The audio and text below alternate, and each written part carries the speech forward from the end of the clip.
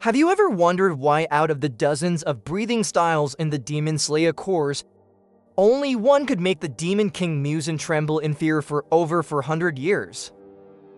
Why is it that even the strongest Hashira are considered nothing more than imperfect shadows of a much grander, ancient flow? This isn't just swordsmanship. This is SunBreathing the Hinokami Kagura, the only light capable of incinerating eternal darkness, is shattering the absolute laws of demon biology. But what is the terrifying truth behind the 13th form? And why must those who inherit this power endure the most soul-crushing tragedies in history? Today, we go back to the Sengoku era to unearth the secrets of the primordial style of power that transformed a simple charcoal seller into the ultimate nightmare of the demon race. Welcome back to the Demon Slayer Course headquarters, and this is everything you need to know about SunBreathing. To truly grasp the weight of SunBreathing, we must turn back the clock for 100 years, to the Sengoku era, a time drenched in blood and sorrow. This technique wasn't forged through centuries of trial and error. It was born alongside a being who existed outside the laws of nature, Yoriichi Tsugikuni. From the moment he drew his first breath, Yoriichi possessed the transparent world and the Slayer mark. Milestones that even the most gifted swordsmen sacrificed their lives just to glimpse. For Yoriichi, perceiving the flow of muscles and the beat of a heart was as natural as breathing itself. And it was through this divine vision that he architected a technique that perfectly simulated the energy of the sun. But why is it called the primordial style? Think of it this way, the current Hashira are incredibly powerful, but their breathing styles are merely simplified versions. When Yoriichi attempted to teach SunBreathing to his peers, not a single soul could withstand the crushing pressure it placed on the lungs and blood vessels. To accommodate the limitations of human biology, Yoriichi had to adapt, splintering his art into the derivative branches we know today: water, flame, stone, wind, and thunder. But remember this, no matter how brilliant those branches shine, they can never achieve the incandescence. When Yoriichi fought, his Nichiren blade turned a deep, scorching red, an ultimate state that burned a demon's cells at the molecular level, rendered their super regeneration completely useless. Even Muzan, the self-proclaimed god of immortality, carried the searing scars of that single encounter for 4 long centuries. SunBreathing isn't just swordsmanship. It is divine retribution for those who dare to challenge the light. After Yoriichi's passing, a brutal purge began. Muzan and Kakashibo believed that if they slaughtered every swordsman who knew of SunBreathing, the ghost of Yoriichi would vanish forever. They succeeded in erasing it from the official annals of the Demon Slayer Corps, but they underestimated the resilience of the human spirit. The primordial breathing didn't die, it simply changed its form. Deep in the isolated mountains, within a humble family of charcoal sellers, SunBreathing was transformed into a spiritual ritual, the Hinokami Kagura, the dance of the fire god. But why a dance? This was Yoriichi's stroke of genius. He knew that if he taught it as a combat technique, it would be hunted down. So he disguised it as a promise. A sacred dance of gratitude to the fire god, passed down from father to son through generations of the Kamado family. Look at Tanjiro's father, a frail man on the brink of death. Yet he could dance from sunset to sunrise in the bone-chilling cold. The secret lies in breath control. By perfectly regulating oxygen flow, the practitioner can maintain near-infinite stamina, turning repetitive movements into a self-sustaining loop of energy. When Tanjiro faced the lower moon 5, Rui, in that life or death moment, the memories of his father's dance awakened his genetic instinct. The blue streams of water breathing were instantaneously incinerated by the roaring crimson flames of the fire god. This wasn't just a change in style, it was a moment of destined connection. The 400-year-old bond between the Tsugikuni and Kamado families had finally reignited, brighter and more violent than ever before. If derivative breathing styles are specialized tools, then the 13 forms of SunBreathing are the ultimate, flawless weapon. Let's break down these lethal dances of light.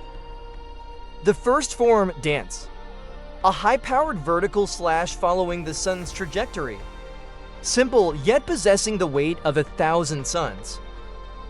The second form, Clear Blue Sky. Tanjiro spins his body 360 degrees horizontally, creating a perfect circle of fire for absolute defense and offense. Remember him decapitating Enmu on the Mugen train?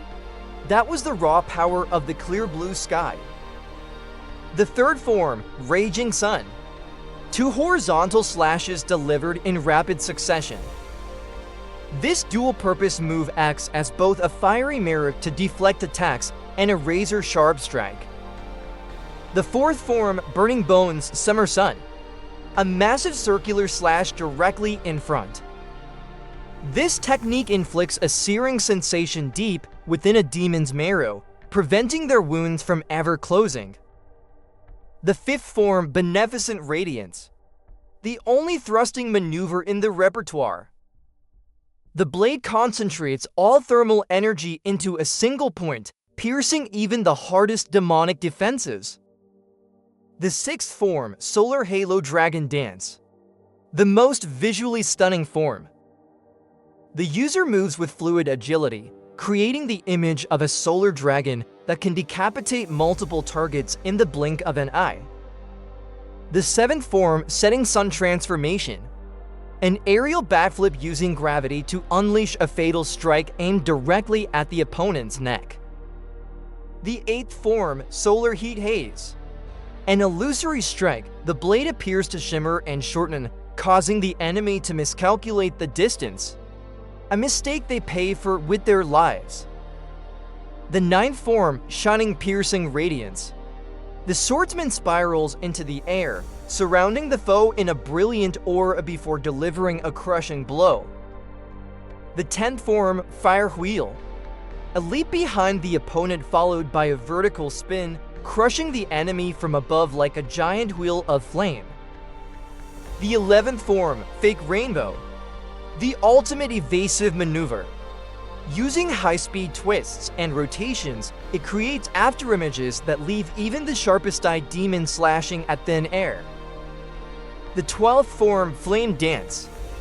Not to be confused with the first form. This is a 2-hit combo. A vertical slash immediately followed by a horizontal strike to finish the job.